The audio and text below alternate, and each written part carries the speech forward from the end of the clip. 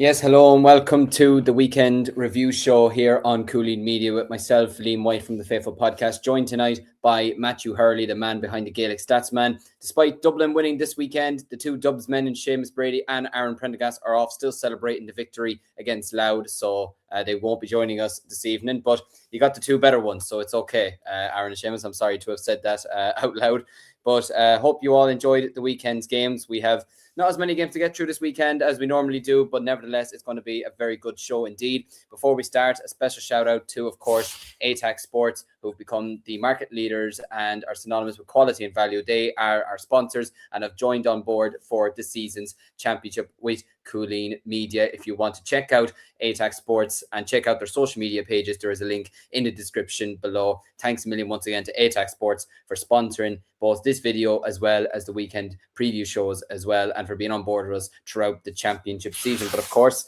a big weekend nevertheless has just been had, both from, well, there was only one game in the Hurling Championship, but nevertheless, it has shown us a lot going forward for the rest of the championship season. And we've had dramatics in the football as well as the LGFA, with only the one camogie game to come tomorrow between Kerry and Waterford in Munster. But of course, joined tonight by Matthew. Matthew, how's the form with yourself? Which game stood out to you most over the weekend? Yeah, it was sort of a weekend where the games that you wouldn't have expected to stand out before stood out. Like Derry Monaghan yesterday was absolutely superb. Like I intended on doing stats on both games yesterday, but obviously because of events in Armagh, I only did the Derry Monaghan game. I had to stick to it after that Jack McCarron worldly. I have to say from the sideline, what a point that was. And like Dublin Louth, a lot of people are looking forward to that. Armagh down, Limerick Clare, and ironically, those three games were absolute no-shows. Let's be honest. Dublin Louth was over long before the final whistle. The Down Armagh game today, I'll be truthful to you, I nearly fell asleep during it. The Limerick and Clare game, like there was no bite to it at all, other than, like, to be fair, I think Clare could be hard done by a few decisions here and there, but ultimately Limerick were just absolutely too strong for them. The Westmeath and Kildare game, I did keep it thrown eye to it during the Limerick and Clare game. I kind of wish I watched Westmeath and Kildare now, but yeah, it was a brilliant win for Westmeath in that game. But I think the standout was arguably, well, most definitely, the events that happened in the Box at Athletic Grounds last Saturday night. Absolutely. So, well, we've a lot of comments popping in already, guys. Much appreciated as always. Get your comments in below and get yourselves involved in the live chat over the next hour or so during this episode. Peter Griffin saying, well, as Liam, you'll have a busy build-up on Millans 103 with Westmeath now in their first Leinster final since 2016. We absolutely will. And you know what it is? As much as I banter with them and Leash and everything, I am a small bit happy for them to have won. I like Mark McHugh as a manager, and I like a lot of the Westmeath players. And of course, for Jerry Buckley and Jerry Russell, they've been through enough as Westmeath commentators over the years. So I'm glad to see that they got their day today, and the best of luck to them in the final. Peter also saying, popped into Larry's great chat. Yeah, you're very much welcome for that. Brendan saying, typical Cork man-hating on Limerick versus Clare. That's an outrageous comment, but we'll move on from that. Grand Admiral Dwayne saying, looking forward to the draw tomorrow. Provincial finalists in a minefield. Nobody wants Donegal and Derry. Tyrone, Mayo and Meath can show up on any given day.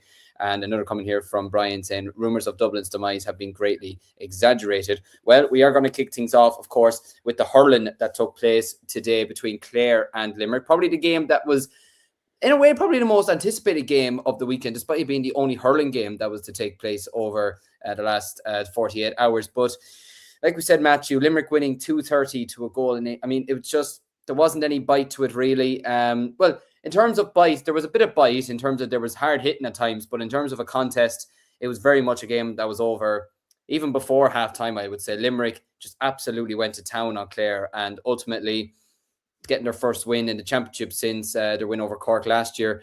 Limerick were absolutely awesome here, and Clare they just weren't at the races at all. I think what summed it up from a Clare point of view was the fact that Limerick won the game by 15 points. Clare were down by 13 points at half-time. And like Limerick had a man less in the second half for most of it, with Adam English getting sent off. So like Clare weren't at the races at all. They only got 9 points from play as well. Mark Rogers got 10 of those overall from a Clare point of view. 10 points from the total of 118 as well. The goal came from a penalty as well. Like it was just very, very poor from a Clare point of view. Very, very abject display from them. Limerick, look, the thing was, and a lot of people have been buying into this 4 games in a row, and may I just say it wasn't 4 games in a row. It was 3 out of 4 games. One of them was a draw. I'm not taking anything. It was a draw. It wasn't a loss in my books from the Cork and Limerick Munster final last year. So Limerick, it was probably blown out of proportion, I would say, this run that Limerick have been on. It happens. Look, the Clare game was a training session, let's be honest, last year in the Munster Championship. The Dublin game, anything can happen in that game. The Cork game, they were down to 14 men and did well to come back into the game that day as well after Cian Lynch's red card. So I don't know why people were actually saying during the week that Limerick had a crisis. There was no crisis at all. They are a very, very good side, and they showed it today. They shut up all the doubters, and I think what epitomised Limerick play was the defenders coming up and contributing. Barry Nash contributing to the goal. Like I was thinking at the start of the game, what the hell is Barry Nash doing way up in the forwards in the first place early on in the game? Sean Finn actually set up a score as well early on, and I'm like, what's Sean Finn doing up there? But it was just kind of a team mentality from a Limerick point of view, and it was just absolutely incredible. The way they were playing. Shane O'Brien was absolutely brilliant in the full forward line. Okay, if many people would argue he probably should have got his marching orders for obviously the stuff with David McInerney, then he got a yellow afterwards. Clare might argue that he should have been sent off, but look, and I think Clare have reasons to be aggrieved, I would say, with the decisions today. Like, I know Adam English got sent off, but I think Barry Nash should have gone. I think Shane O'Brien should have gone as well. And they got away with that. But at the same time, you have to say Limerick were well on top of Clare. And Clare just weren't at the pitch of it. Like, the game died pretty quick.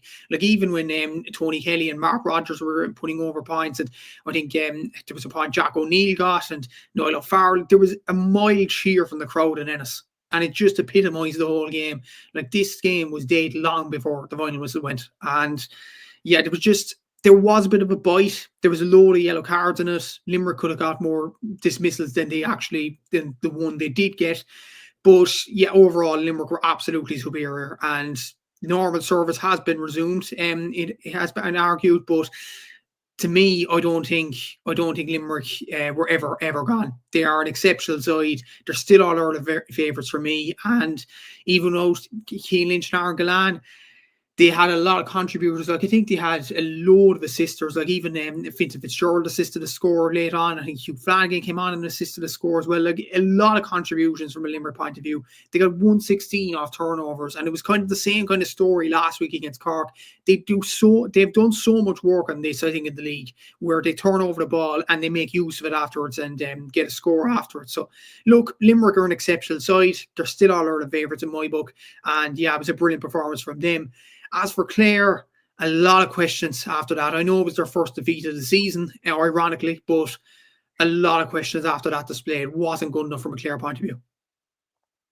No, it absolutely wasn't. I completely agree with you. Like, Limerick started how they sort of did against She last week.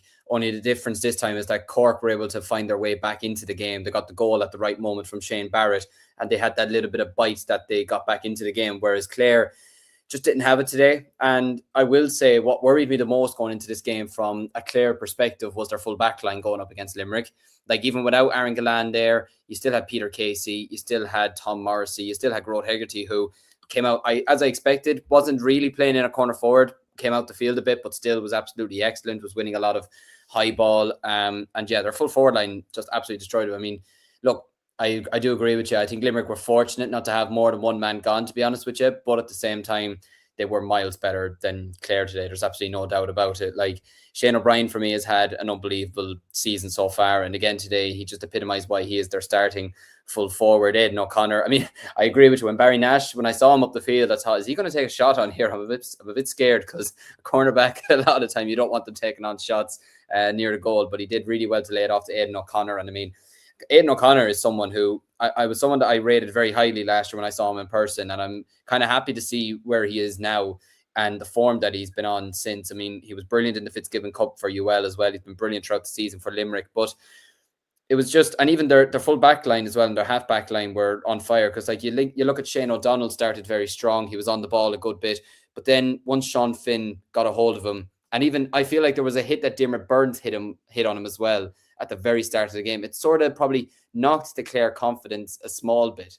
because they're arguably their best player is being shouldered off the ball like that. And it just showed Limerick meant business today. But yeah, and one of the comments in here as well, talking about Nicky Quaid at 36, he pulled off some unbelievable saves today as well. Went down once or twice with injuries. Hopefully it's nothing serious anyway. But just overall, the entire Limerick team were just absolutely on fire today. Like their strength and their power and their shooting accuracy was just absolutely off the charts. And like you said, they're complete dead rubber then in the second half. And despite Tony Kelly getting his goal, which I have to say the penalty was really well taken, in fairness to him, even on his bad days, he could still produce a moment of magic like that.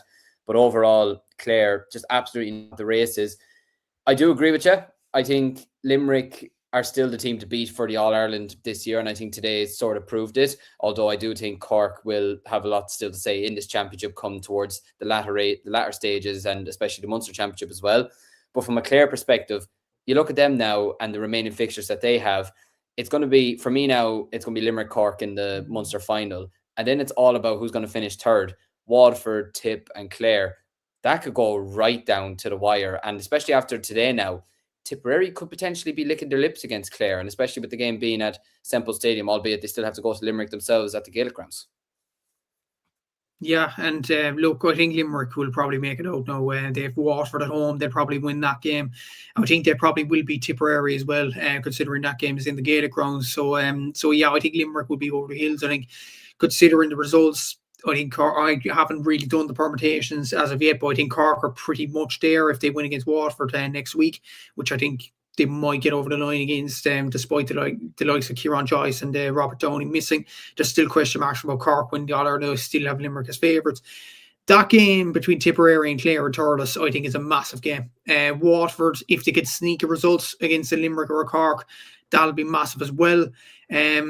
It's kind of disappointing from a Waterford point of view that they didn't get over the line against Clare, considering you've seen Clare today and they were absolutely out of it. But yeah, look. Well.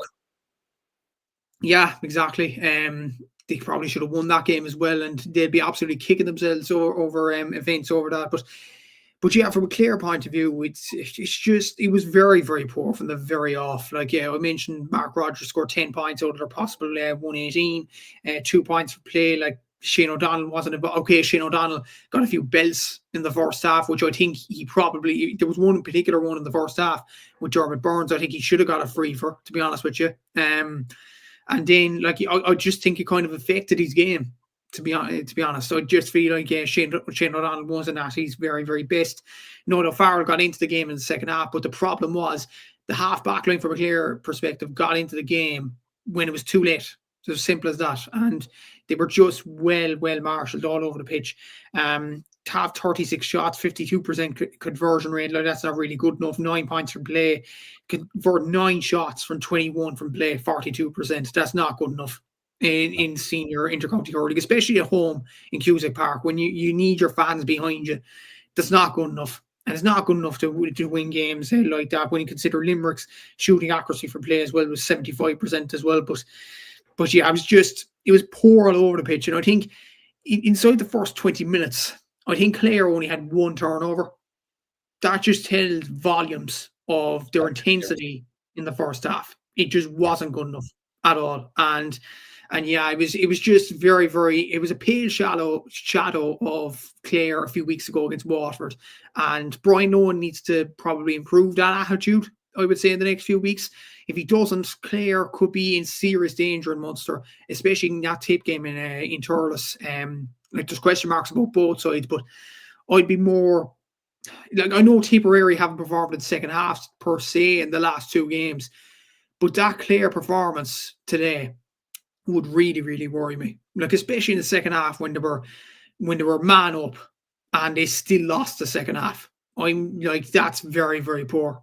And yeah, Clare could be in for a difficult few games in the next few games. That Tip game for them now is absolutely crucial. It is absolutely massive. One interesting comment coming in here, I believe it was from Brendan, was it? Yes, it was. Will John Kiely be worried about the discipline from Limerick given they've had 2 red cards in consecutive games? I suppose he probably will be. Look, Adam English won. It was 2 yellows. That can happen to anybody. I wouldn't worry too much about that one.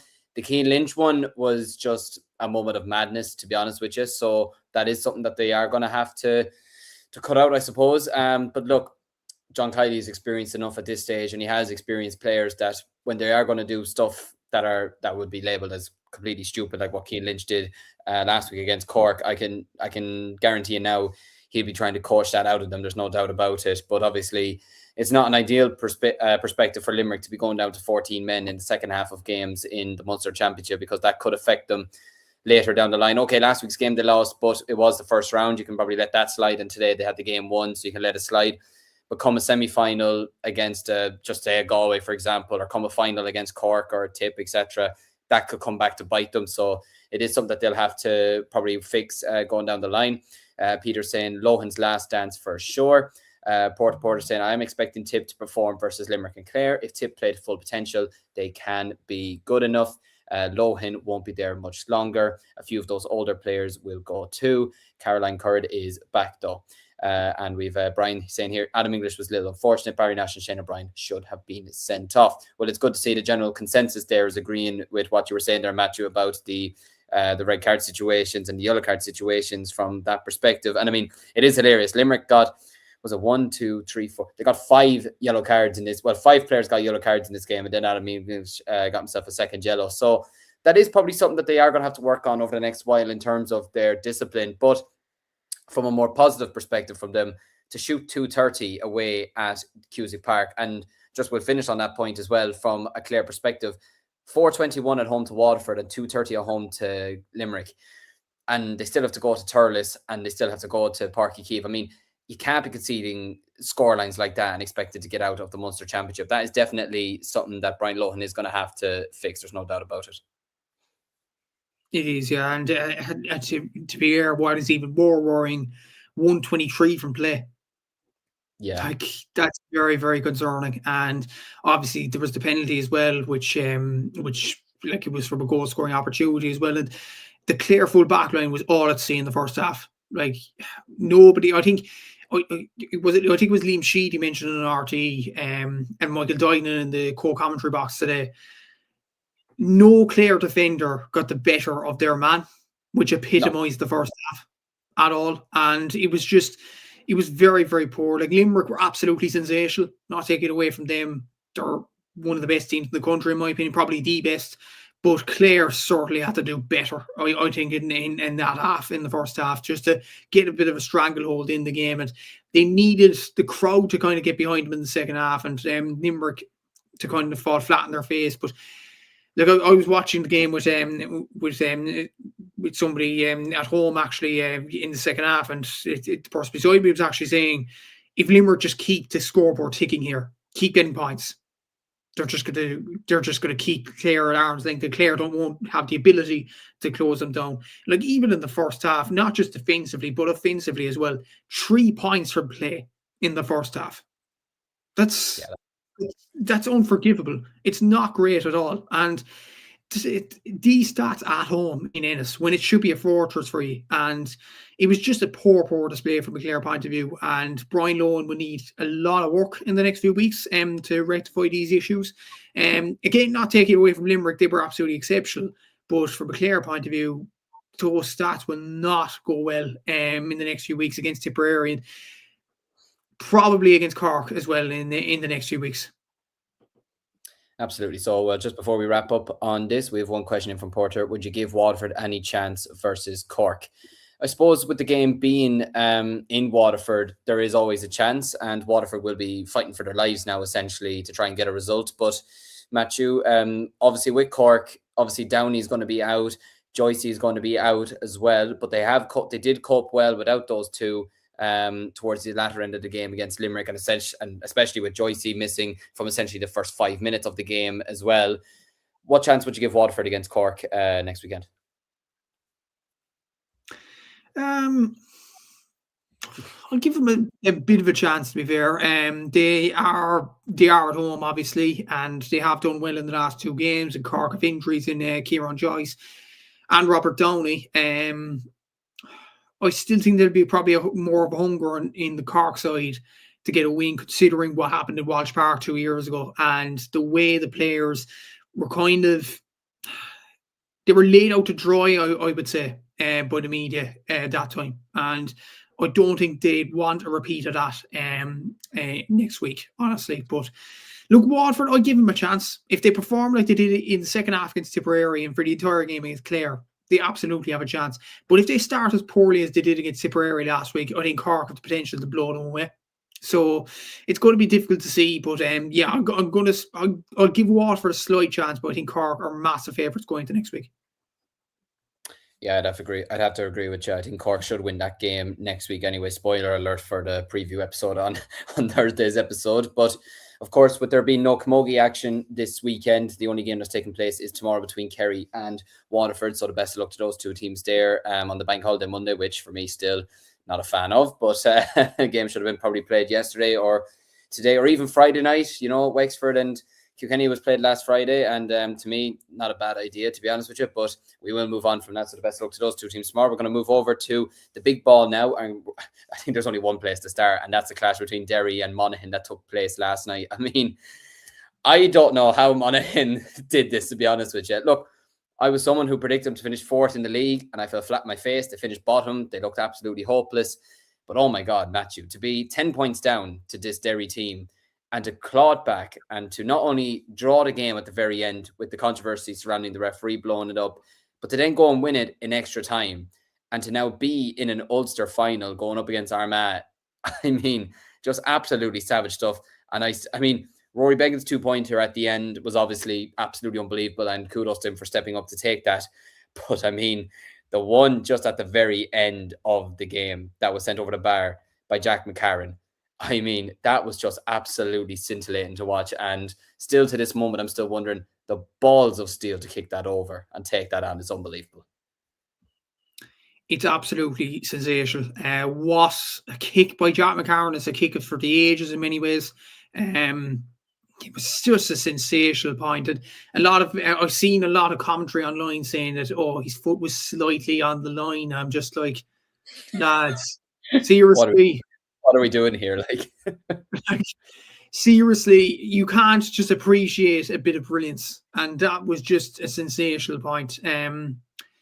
Look, Monaghan, you have to give him great credit for coming back to the game, because after Owen McAvoy and then Niall Loughlin hit the net for Derry in the first half, I thought the game was done, honestly. And especially after Niall Loughlin his second goal and Derry's third, I thought, this is curtains. This is done. The Monaghan are not coming back from this. But Rory Beggan kind of took the game by the scruff of the neck, literally. Like he set up, I think it was 1-3. The goal especially was absolutely brilliant. He caught the Derry kick out, played the ball into Micheál Bannigan back of the net, and you're thinking, okay, Monaghan are right back in it now. And they were missing a few chances. There was Bobby McCall made a huge difference, I have to say, coming onto the pitch, and that's not probably mentioned in the drama of it all, because the Monaghan subs made a massive, massive difference, including him, David Garland as well, I have to say. But Bobby McCall actually gave the Derry defender a shove, and it ended up in the back of the net. And I thought, this chance is gone now for Monaghan. They're not getting another big chance like this. But to be fair to them, and Beggan came up again. He intercepted the ball just before the sideline, and he kicked it out of play. But then they pinned Derry right in the corner. They got the ball back, and they got the sideline afterwards. Obviously, the kids ran onto the pitch, and you were thinking, okay, but it's over. It's over now. But you're a bit confused. Surely Jack McCarron has the chance to kick it, and then the referee sends it back. Look, I have to give credit where it's due to Noel Mooney on this, because I think most referees, I think Niall McCoy said this on X, most referees would walk down the tunnel, go down to the dressing room, game over, Derry into the Ulster final. But credit to him, and he had the courage of his convictions to say, okay, I made the error, apologies, get back, and we're going to go for the sideline again. And yeah, you have to give the referee a lot of credit for that. Obviously, he got the initial decision wrong, but it took courage for him to rectify that error. And then the kick by McCarron. Oh my word, what a score that was! And yeah, it was absolutely incredible. I seen even the Derry players were kind of complaining about I don't know what they were complaining about, the hooter being gone, or McCarron being a millimetre inside the line or something like that. I don't know what they were complaining about. But I was asking the question from a Derry point of view at the time. How did you allow Monaghan back into the game when you were, 11, 12 points up in the game? 10 points up at halftime? How on earth did you allow them back into the game? Like, it's just look, it's incredible from a Monaghan point of view, and they deserve a lot of credit for coming back into the game. And Rory Beggan, Jack McCarron, all these leaders deserve all their flowers, and Micheál Bannigan as well. But I'd be saying from a Derry point of view, it was a car crash of a second half. What on earth happened? Seriously, like, you were coasting. I think about 47 minutes when Niall Loughlin hit the back of the net. There was 11 points in the game. How on earth do you let a lead slip by like that? I would call it unforgivable, honestly. And I don't know how they did that. And look, in extra time, obviously they get the point through. I think it was Sean Carney at the very end, and you're thinking, okay, they've rectified the situation. They're going to go home and they're going to get the win. They've got out of jail, but they've got the win.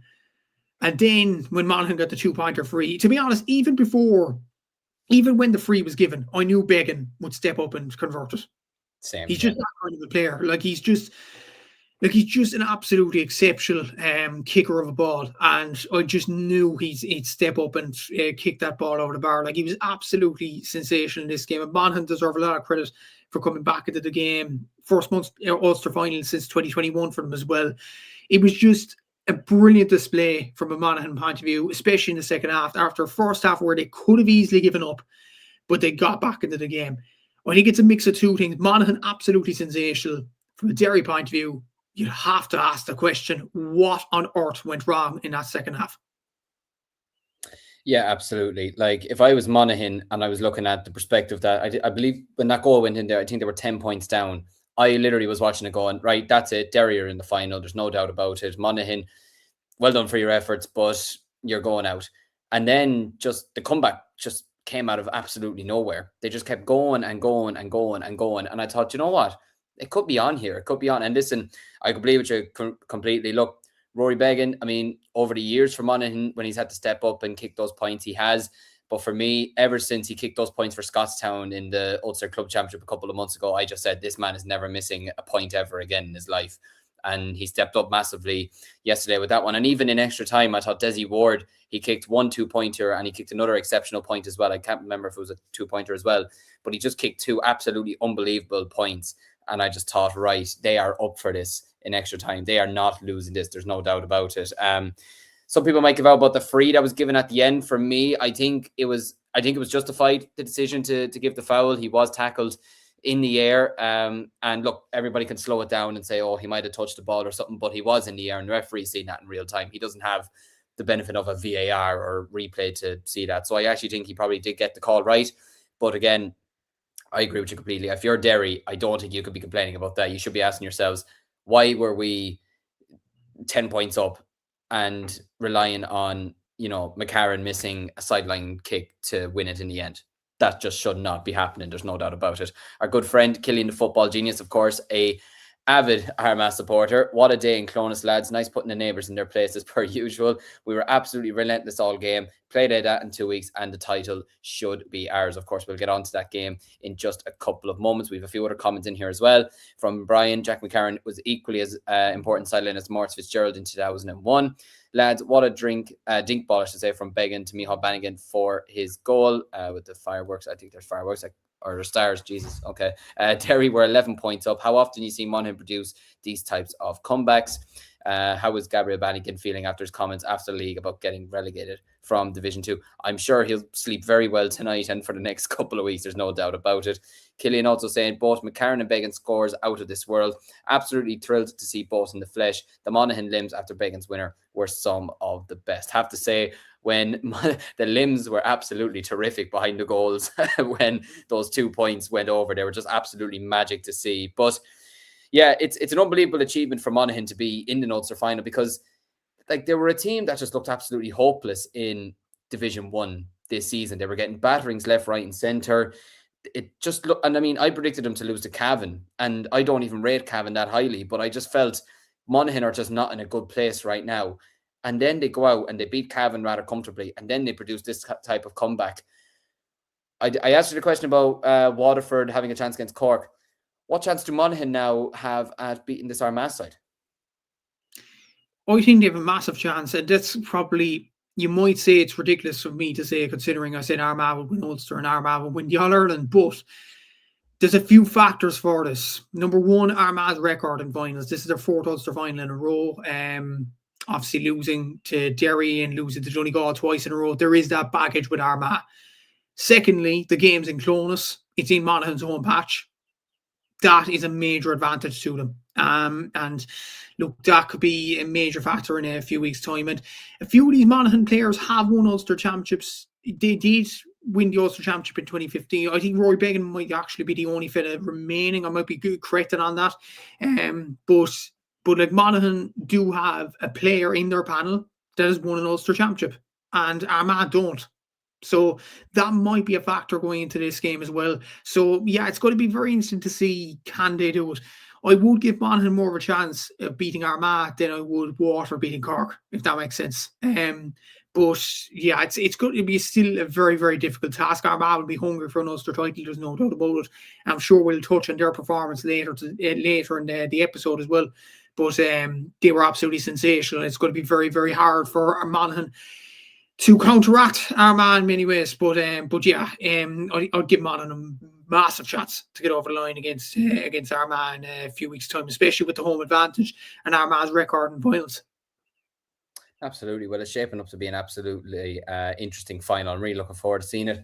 Just before we wrap up on this game, for Derry to be, I mean, they did an Arsenal on it, and I can say that, I'm a supporter. They did an Arsenal on it in that second half, and they completely fell apart. I mean, where do they go from here? They go into the All-Ireland series now, but how damaging on a mental side could that be for their confidence going forward in the next couple of rounds? Because it's not like it's just, you're thinking to yourself, you're in such a good position. You're playing really good football. The goals they've scored as well were really nicely taken, in control, no issues whatsoever. Where do they go from here? And how is this going to affect them if they come up, say, against a Donegal, or if they were to come up against a Kerry or even a Cork, in the All-Ireland series? Because look, they may have beaten, say, in the league, but I still look at that with a pinch of salt. You had to travel up there. In the end, I mean, you got promoted, they didn't, so I doubt you're losing sleep too much over that. You were missing a couple of players. Where do Derry go from here? The biggest disappointment that I've seen from Derry fans online was another trophy, and they referenced it, another trophy thrown away. And I think they referenced Division 2 as well. The fact that they threw away promotion against Louth, obviously delighted it happened. Cork went up because it happened in more ways than one. But it was a bottle job against Louth. I know Louth were deserving victors that day in RD, and it was a brilliant performance by them. But after Derry's form going into that game, they should have won that game. And likewise yesterday against Monaghan. They had to win that game, be 10 points up at halftime, just cool it down. You have the likes of McGuigan, McKinless, Conor Glass, Brendan Rodgers, all on the pitch. Experienced campaigners who have been in All-Ireland semi-finals that have won Ulster Championships. There was no excuse yesterday what happened. Like, I couldn't believe what was happening to Derry. And even in the first half, even they were 10 points up, but they still kicked a load of wides. They kicked 14 wides overall in normal time. And then in extra time, they could kick 0 wides, and you're like, too little, too late. Like, as soon as that happens, you're allowing Monaghan back into the game with this careless shooting. And careless in terms of the kickouts. Yes, you could point towards the goal for Micheál Flanagan. Brilliant work by Rory Beggan. And it was absolutely brilliant pass by Beggan. But I question from a Derry point of view, why would you kick it right on top of Rory Beggan like that? You know he's going to win it. He's synonymous for winning ball like that. And just that kick-out tactic was very, very puzzling. And then at the end, I know they got pinned in the corner at the end, but all Derry had to do was hold on. Obviously, again, not discounting the Jack McCarron kick. It was a sensational kick, magnificent to win the game. And it should be remembered. But Derry had about, 20, 30 seconds to hold on to the ball? About that, yeah. Like, I mean, how on earth do you mess that up? Like, it's just, it's very, very, it's puzzling. It's game management. It's very, very poor. And as soon as you don't have that, you're not going to be at the business end in terms of All-Irelands. And I think Derry, this group of players, and with some of the games they've shown this year, they are capable of reaching All-Ireland quarterfinals. But if they keep on throwing away games like that, like yesterday and against Louth, they're going to have a very, very tough time in getting to an All-Ireland quarterfinal. And let's not forget as well, they have an away draw in round 1. Yeah. Imagine if they come up against a Kerry or a Cork or somebody down south. That's a long trip for them. And it was all because they threw away a 10-point lead like that. And it's just questionable how it all happened that quickly from a Derry perspective. And yeah, I'd be worried about them in terms of their game management, not in terms of players. I think their players are absolutely fantastic. I think Kieran Mean is still the right man in charge of Derry, and they have produced brilliant performances. But some of their game management in some of the games this year has been very, very poor, and that seriously has to be fixed if they are to compete at the top level. Absolutely. So, well, Monaghan are through to an Ulster final. Derry go into the All-Ireland series as a result. The next game, unfortunately, from a neutral perspective, it wasn't exactly the same drama. From an Armagh perspective, it could not have gone any better. Armagh 333 down 14 points. I mean, for Down, this is a tough old result, and especially with Westmeath, who we'll get onto in a moment, beating Kildare in the Leinster semi-final as well. Westmeath will go into the All-Ireland series. Down are now going into the Tailteann Cup. They had their great win over Donegal, but against Armagh today, it was, well, never mind a step too far. It was a mountain too far, to be honest with you. Armagh, from the very start of the game, they laid the foundations and they went at Down. They absolutely tore them apart. Matthew, have to admit, I was watching the game on the TV, first half, second half, I turned the United-Liverpool game on. Turned the United-Liverpool game on instead and had the game on the iPad. Armagh were just absolutely terrific, but Down, compared to the level they were at last weekend against Donegal, they just were absolutely nowhere near the same. No, they weren't. And just as a note, is it bad for me to say I'm actually delighted? I'm actually happy enough that we lost because Arnie Slot is closer to the sack. I'll put it that way. But look, soccer aside, this game from Armagh, look, they were absolutely brilliant. To score 3 goals and 33 points, to have an 80% shooting accuracy, to have a 95% kick-out retention rate, to score 2-13 off your own kick-outs. Like, I know Down didn't put enough pressure on Armagh in the first half, but at the same time, Armagh still had to do their job, and they found the gaps in the Down defence. A tired Down team, may I add. They put in a lot last week against Donegal, and it seemed to show today.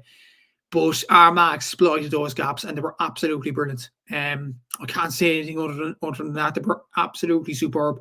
112 off turnovers as well. And like, to have the amount of different scores that they had as well, it was very, very pleasing. Conor Turber getting 2-5 was a brilliant display from him. I thought Tomas McCormick was good at stages, especially that goal was well taken, and that was the score that put Armagh in front, and they never looked back after that. Jardy O'Burns was brilliant. I think he got 6 points in assists and 4 points scored, 10 points in contributions. That's absolutely brilliant from a wing back.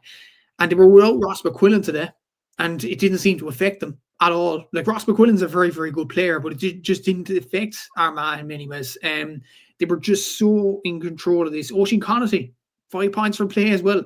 A lot of assists as well. Like, they were so good all over the pitch. Even the goalkeeper, I mentioned the kick-out stat as well. Blaine Hughes, to have that kick-out retention in an Ulster Senior Football Championship semi-final was absolutely brilliant. Sensational stuff. And is there an argument to say Blaine Hughes is the number 1 now for Armagh? I know Ethan Rafferty's done well in the past few seasons, but I think Blaine Hughes is a very, very good goalkeeper. And you looked at the way Ethan Rafferty, his kickouts kind of went awry against Kerry in the All-Ireland quarterfinal last year, especially in the second half. Are we seeing Armagh turn a page and go on to Blaine Hughes and have this kick-out strategy, and it's working? Like, the one they lost, let's be honest, the game was over by that point. The one they lost. So look, they were just absolutely brilliant all over the pitch. Andrew Murnan as well, another guy, absolutely brilliant. Oisin O'Neill coming off the bench. Even Aaron O'Neill, the point he got. Would I be right in saying that's Reno O'Neill's brother? I think he played for DKIT in the Sigurdsson. Aaron, I think he did. I think so. Off the top of my head, I believe so, yeah. So, like, he came on and got a 2-pointer, and like it didn't. The occasion didn't affect him whatsoever either, and it was a brilliant score from a 2-point range as well. Jason Duffy, Tiernan Kelly, like, they all contributed. Greg McCabe was brilliant, I thought. Like, to be fair, like, from an Armagh point of view, it was all positives. Scored 333, have an 80% shooting conversion rate, and they just looked comfortable throughout the whole game. And they didn't look overawed by the occasion either. And they were just absolutely brilliant. And I hate to say, like, a lot of people were questioning my prediction of Armagh winning the All-Irelands and firstly winning Ulster Championships. But like, by that performance today, they look like Ulster champions already. But obviously, Monaghan, there's a game to play there. It's going to be a difficult game at Clones for them. And Monaghan will put up a test, considering their that game against Derry would have been 2 weeks, the gap. So, look, I think Monaghan would relish that Ulster final. But Armagh have to be going into as massive favourites for this game, considering that performance today. It was absolutely brilliant. As for Down, let's be honest, Liam, other than Daniel Guinness, I thought they were poor. They were poor, but you have to put an asterisk above this. They put in a lot against Donegal last week. Armagh had an 8-day turnaround. Down had a 7-day turnaround after beating the All-Ireland finalists and league champions, and beating them with an absolutely exceptional performance. He was going to take a lot out of them. And Pat Avern, you could see he was tired today. Or Murdoch started like a train, but eventually he got tired. And eventually they were panicking at the end. They were trying 2-pointed efforts. And once the game started to get away, they were just, it was damage limitation by the end of that game from a Down point of view. They'll be disappointed going to the Tailteann Cup, but I think if they take it seriously, they'll wipe that competition.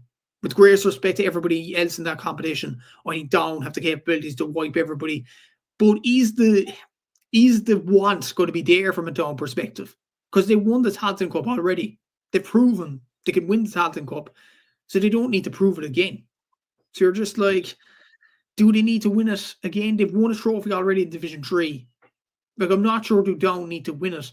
And would the temperament be there to go again from a Down perspective? You hope it would, because after the winning over Donegal, that's the least that the likes of Conor Lafferty deserves after building some momentum with this Down team. And hopefully this performance won't be the deciding factor for Down this season. And hopefully they can have a good campaign for the rest of the year. But would you question maybe their want later on in the year? Do they want to go at this Tailteann Cup? Because they've already won it. Is there going to be a want to do it again? I would say I think it could be a situation where, like, they'll win it, but it won't be, say, by the margins that you'd expect, because it'd be like going through sort of damage limitation. I feel like it's kind of like, say, if Bayern Munich were to be knocked out of the Champions League and, like, in the old format they go into the Europa League. It's like, yeah, they'll win it, but are they going to be too bothered by it? Probably not. Do you know? Well, not even too bothered by it. Look, it's a championship at the end of the day, and of course they'll want to go and win it. But they've proven that they can beat Donegal. They've proven that they can beat top sides in the country. So, look, the want will have to be there, because that's where they are at the end of the day. They're just going to have to roll their socks up and go out there and, show why they are a team that shouldn't be continuously in this competition.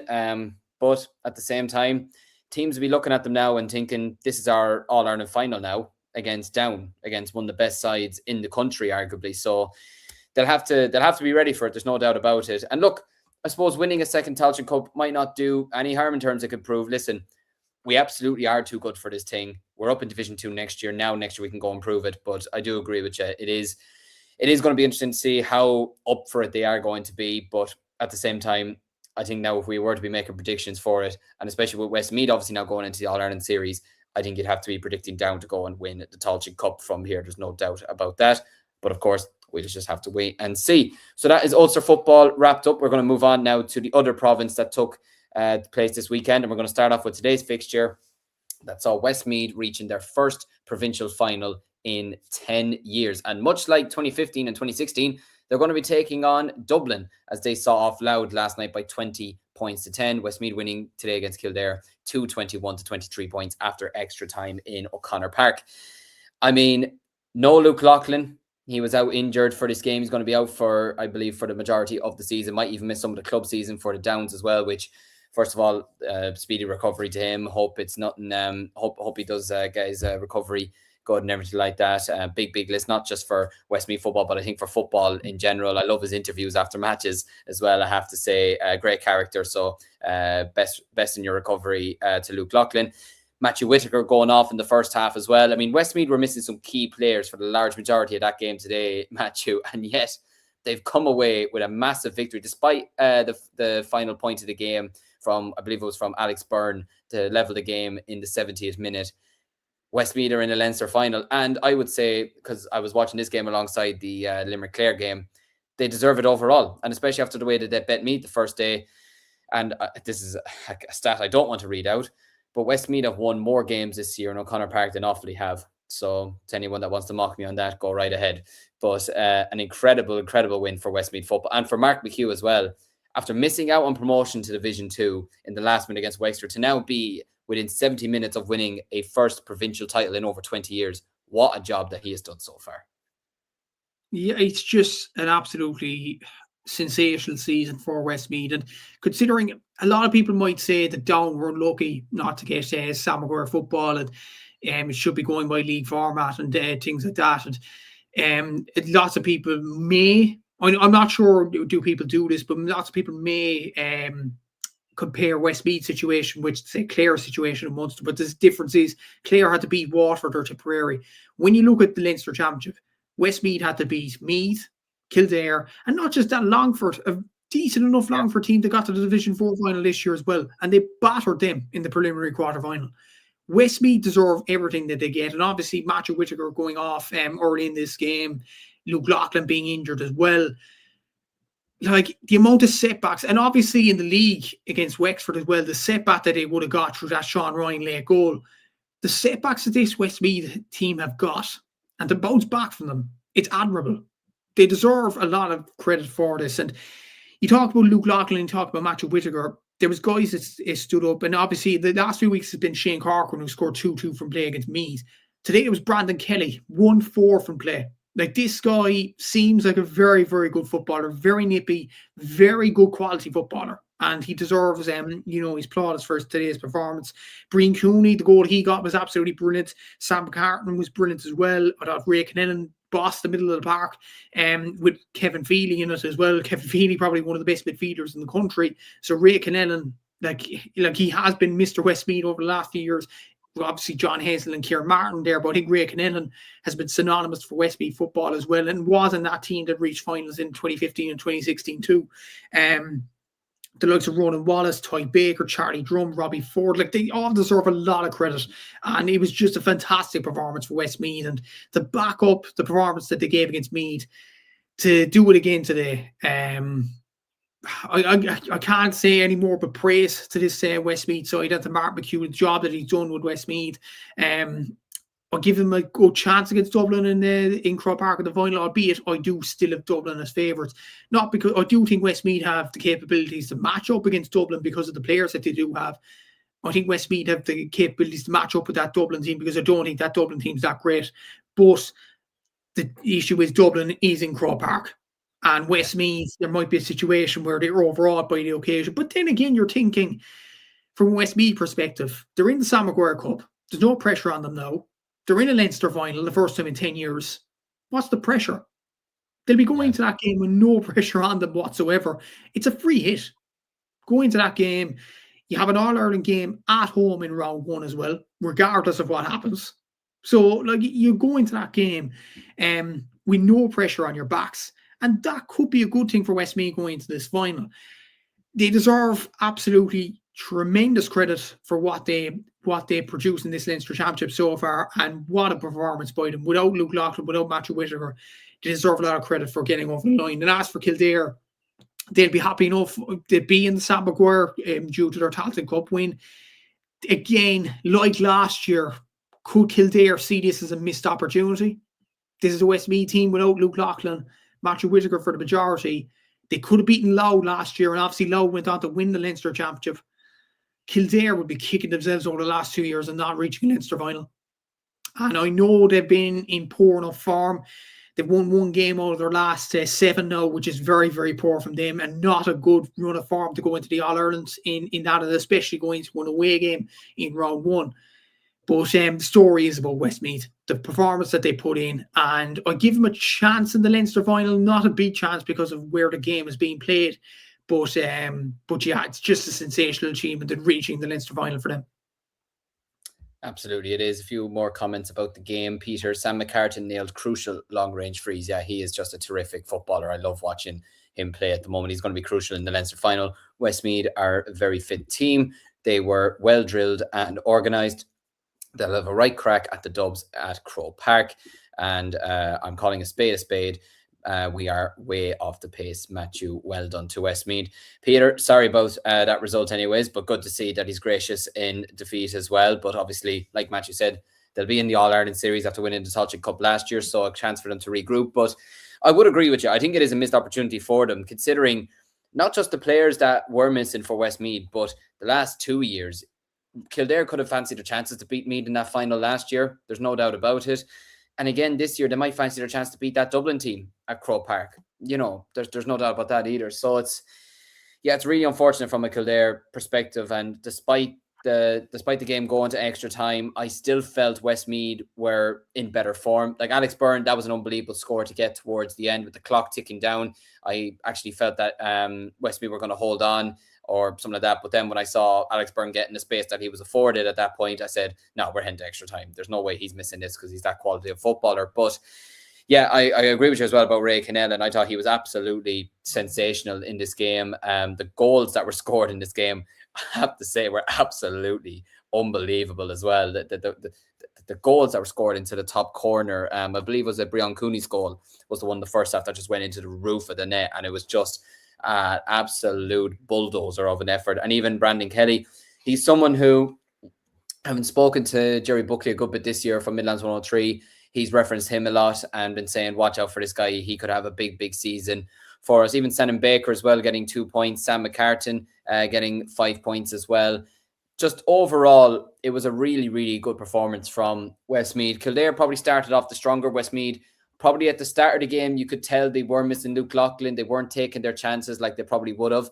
But as a comment said previously, I'm just trying to find it here now, scoring 2 goals and 21 points. Here it is. What's insane about this is that 221 without Luke Loughlin is insane. I mean, yeah, that is an unbelievable stat, really, to be scoring that many points and those goals without Luke Loughlin there is just incredible. And yeah, for Westmeath, it's a chance for them to win a first Leinster title in over 20 years. They were going up against a Dublin team in 2015, 2016. That was arguably the greatest football team of all time. So you never really felt like they were going to go into those games and win them. You just felt like Dublin had their hold on the Leinster Championship back then. But this time, and we'll get on to the Dublin game. Well, we might as well talk about at the moment Dublin Louth winning the game by 20 points to 10. Westmeath will absolutely fancy their chances this time around against this Dublin team, which I agree with you. I don't think this Dublin team is magnificent by any stretch of the imagination. They did very well to win last night. It was a case of Dublin were very good, but Louth were also very poor. But Westmeath, unlike 2015, 2016, they'll have a right good crack at this Dublin team in Croke Park. And this Westmeath team, a lot of the players have played in Croke Park over the years. They have won a Tailteann Cup. They won the division. They played in the Division 3 final against Down a couple of years ago. And like I said, it's a free shot for them. It is. And look, it was a brilliant result for Westmeath. And I do think they do have the capabilities to beat this Dublin team in Croke Park, but it is Croke Park. Let's call a spade a spade. Dublin are usually strong in Croke Park and usually come out victorious in the big house. Look, Cormac Costello had a brilliant game last night. Paddy Small, Charlie McMorrow. But to be honest, like this might be an opinion which Dublin fans don't like, but I looked at Dublin starting 15 and I'm like, that's very underwhelming. Okay, Sean Bugler's there, Brian Howard's there, but it's like, who's who? There isn't much underage development going on in Dublin either. They've not been knocked out of the under-20 as well. They haven't won the last 6 Leinster under-20 championships. The production line isn't there from a Dublin point of view. And you look at the players coming through, it's a very underwhelming starting lineup. And look, Dublin did well against Louth. They could have got a few goals, I think, last night, having looked at the end of it. Louth were at sea for most of it. But Louth were they were very, very poor in front of goal last night. Like, the shooting from a Louth point of view, I didn't have time to do the stats on it, but I think it was 10, way more wides. I think it was about 12 or 13 wides at the end that they got. I think it was actually GA Plus put up a statistic, 28% shooting accuracy from a Louth perspective last night. Like, that's not good enough. To win against Dublin, not good enough. And I think Louth will have a lot of regrets over the performance that they did give. Like, they did have Craig Lennon out on the pitch, they had Kieran Downey out on the pitch, they had Samuel Roy. They didn't have much of an excuse. Tommy Dornan was there as well. But yeah, it was a very poor display from Louth. Look, from a Dublin point of view, it was job done. They're back to the Leinster final now, and they will lick their lips at the possibility of winning back their Leinster Championship medal. But if they take Westmeath lightly, and this has been shown in the championship results up and down the country, but down beating Donegal, obviously, with Westmeath, with their results over Meath and Kildare, with other results that have happened as well, there is the capabilities there of Westmeath providing a shock. And as well as that, Westmeath have only won 1 Leinster title in their history. As crazy it is a statistic, that's the fact. They've only won one Leinster championship in their entire history in 2004. So they'll be hungry to win a Leinster championship, with no pressure on them, of course. But I do think Dublin have to be on their A game to beat Westmeath. It's as simple as that. And look, they aren't at the stage now where they had some brilliant players over the past few seasons where they could get away with bad performances to win games. They need to be honest. It's as simple as that. And look, I do think Dublin are favourites going to the Leinster Championship final, but it's kind of a weird feeling. And I don't know, do you feel the same thing, Liam? I don't think this Dublin team are that good, but I think they're favourites to win the Leinster Championship in 2 weeks' time. They're certainly not the team that they were from 2011 up until 2023. There's no doubt about that. They're I'll be honest with you, Aaron was even saying into the group chat yesterday that Louth shooting in the warm-up was worrying him from their perspective, but also making him somewhat delighted, obviously, seeing that. And it just filtered all the way through the game. Louth shooting throughout the entirety of the game for me was very un-Louth, like, if that makes sense, considering how well they did throughout the league campaign. And it's also just seems to be this, every county seems to have that one team that no matter what they do or no matter when they play them, they just cannot seem to get over the line against them. And Dublin are Louth's kryptonite. There's no doubt about that. Like, I think, wasn't it, they were doing a piece last night after the Saturday game, the last time that Louth beat Dublin in a championship match. It's so long ago. It's actually ridiculous. Can't remember exactly off the top of my head. Was it 84? Was it in the 70s? I can't remember off the top of my head. It might have been 74. But Louth just have this mental block against Dublin. And it showed last night. Arguably the best Louth squad we've seen in our generation anyway. And probably the weakest Dublin squad we've seen in our generation, or certainly at least in the last 15 years. And yet Dublin beat them rather comfortably. And it wasn't like it was in Croke Park. It was in Portlaoise. You know, it was at a neutral ground. And just, yeah, Louth, just not good enough. Now, I do agree with what you said. I felt Dublin players, some of them last night, in particular, I thought Cormac Costello was absolutely sensational. Paddy Small had a really good game as well. I thought Brian Howard did very well. I thought Patrick O'Coffey-Byrne as well looked back to the player that I thought he would be. But they also won this game without the likes of Conor O'Callaghan as well. That, like, if Conor O'Callaghan was on the pitch last night, how much more would they have won that game by? You know, so that should probably tell you everything you need to know. But look, it's disappointment for Louth. There's no doubt about it. They'll go into the All-Ireland series and they'll try and regroup themselves. But in terms of the Leinster final, yeah, I think Dublin have to be on their game. They can't get away with it like they probably did for a good 10, 11, 12, 13 years. They have to be on their game against Westmeath in the Leinster final. And I think we're in for an absolute cracker in a couple of weeks' time. I'm really looking forward to seeing how that game turns out. We're just approaching the hour mark on the podcast, and we are going into the final code for the weekend, which is the Ladies Football Championship. There was a couple of games that took place today in the senior division, of course, with games taking place in intermediate and junior as well. We're going to start off with the game that took place between Dublin and Kildare. Dublin beating Kildare 2-14 to a goal and 11 points. This was a game that Dublin won rather comprehensively. A goal late on by Aoife Murnane put the scoreline, just got a gloss on the scoreline, if that's the right term of phrase. But overall, Dublin getting the job done against Kildare, as we kind of expected the other night on the podcast. But a very much an important win for Dublin nonetheless, Matthew. Yeah, an important win to show that they haven't gone away.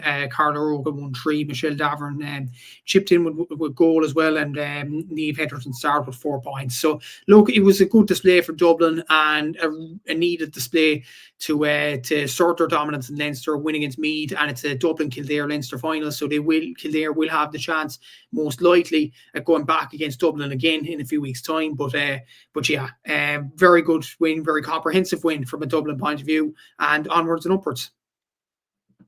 Absolutely. So we'll move on to the game that took place in Connacht. Tyrone 4-10, Donegal 2-7. This is an unbelievable result for Tyrone, it has to be said. I mean, look, they were intermediate champions last year, so I suppose I'm not entirely surprised to see them putting up this type of a scoreline. But from a Donegal perspective, they'll be looking back at this going, Jesus Christ, conceding 4 goals is not something that they would have absolutely anticipated. There's no doubt about it. You had Chloe McCaffrey, who got 3 goals and a point. Sorcha Gormley, who is most often the player that you normally go to in terms of scores for Tyrone, got 3 points from play. Slane McCarroll as well got a goal and 2 points. Niamh O'Neill got 3 points. Overall, an unbelievable win for Tyrone. And it just shows you that the competition in Ulster is fierce this year. And with Donegal losing both games against Armagh and Tyrone, it means it's going to be an Armagh-Tyrone Ulster final for a change, which will be something new, something novel. And it is a good thing that we have new teams to the fore. Slania McCarroll, as you mentioned, had a very good game. Chloe McCaffrey, hat-trick, what a performance from her.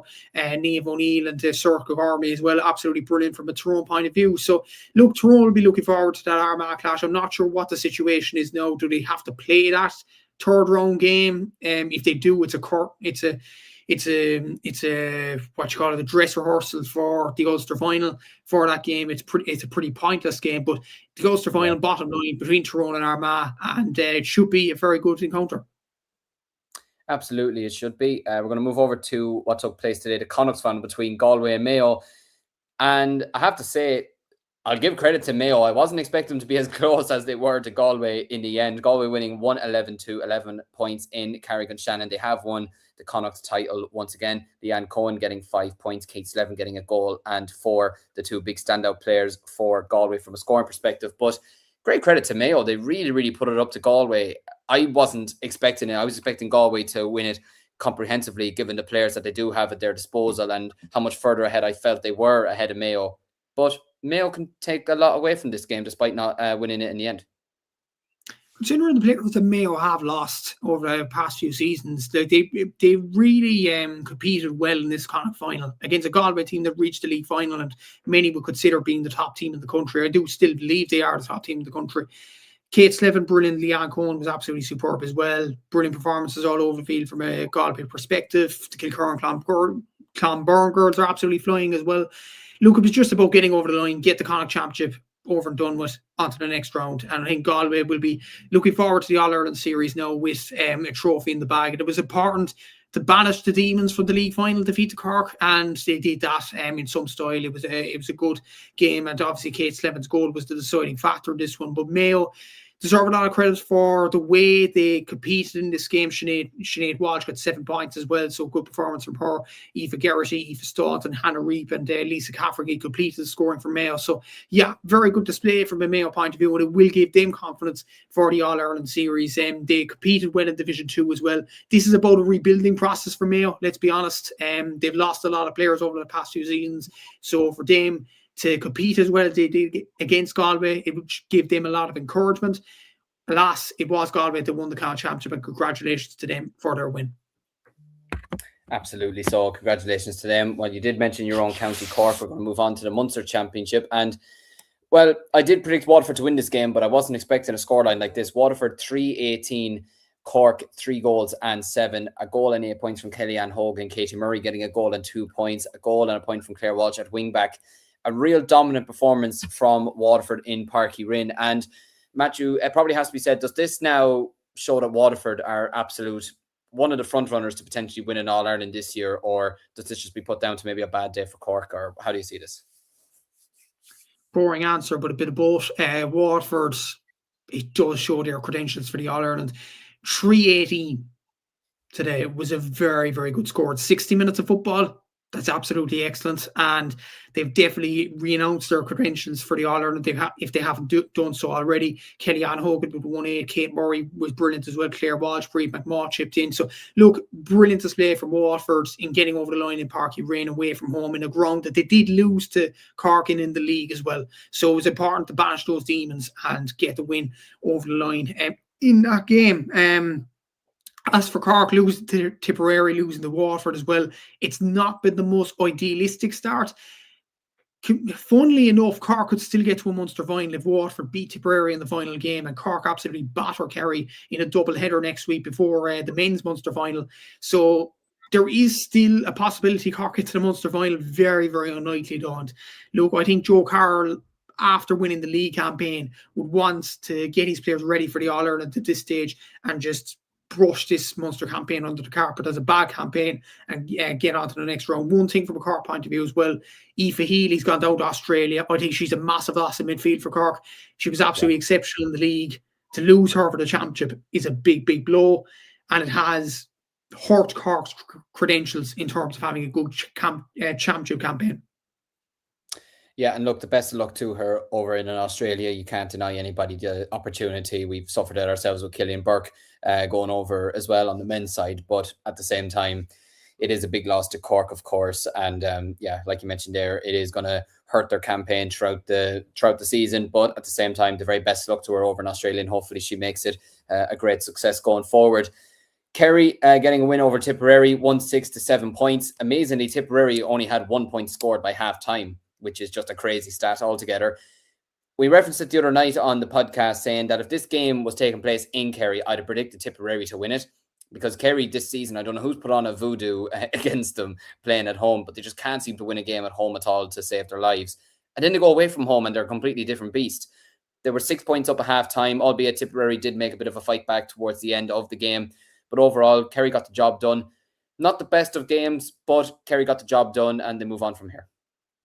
And Kerry won't care about the context of the game or anything like that. They've got the win. They've got the 2 points on the board. And if they beat Cork in that game in Fitzgerald Stadium, Kildare next week, they're probably in a Munster final. More than likely, if Waterford get the job done against Tipperary in the other game. And look, it was Siobhan Roche and Jayden Lucy that did most of the damage from a Kerry perspective. Siobhan Roche got 3 points, and Jayden Lucy chipped in with 1 goal and a point. So good win from a Kerry point of view. They'll be happy to take the box off and get to a Munster final, but at the same time, they'll be still questioning their performances, and I don't think Mark Burke would be happy with the stage that Kerry are at in terms of performance level. But the bottom line, they got over the line. They'll move on to the next game against Cork next week, and hopefully from their perspective, that they get to a Munster final. Absolutely. So, well, just to run through the rest of the fixtures and results from the weekend. In today's ladies Ulster Intermediate semi-final, it finished Monaghan 13 points, down 8 points. And in the ladies Connacht Intermediate final, it finished Leitrim 4-18, Roscommon 5 points. So congratulations to Leitrim and Monaghan from today's games. In the games yesterday that took place, Westmeath were comprehensive winners over Laois in the Leinster Intermediate semi-final, 5-12 to 4 points. So they'll go forward into the final, and they will take on Wexford after they took down Louth by 2 goals and 10 points to a goal and 11. In the ladies Ulster Junior Championship, it finished Antrim 4-21, London 1-6. In the Leinster Junior Championship, it finished Offaly a goal and 8 points, Longford 1 goal and 8 points. So a draw there between the two sides. I don't really want to read out this result, to be honest with you, for poor Kilkenny against Carlow, but I sort of have to. Carlow 7-41, Kilkenny no score. I will say one thing, at least the ladies have put out a team unlike the men. So that's all I will say. And they may be taking the batterings, but this will lead to better things in the future for Kilkenny. They're getting these games under their belts.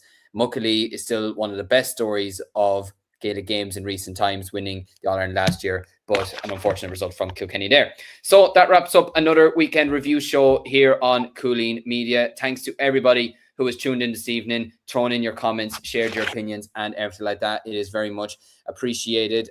Peter signing off here, saying catch you on Thursday. Absolutely. And enjoy the bank holiday weekend yourself, Peter, and to everybody who has tuned in this evening. Shout out again to ATAC Sports for sponsoring us, not just for tonight's episode, but for the championship season ahead. Massive thank you to them, and make sure to check out their website. Link is in the description. We'll be back on Thursday evening for another weekend preview show where we'll have a cracking weekend ahead next weekend with games in the Munster Championship, Leinster Championship, etc.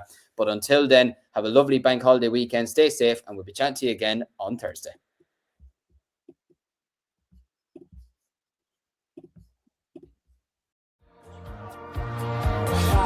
Instinct.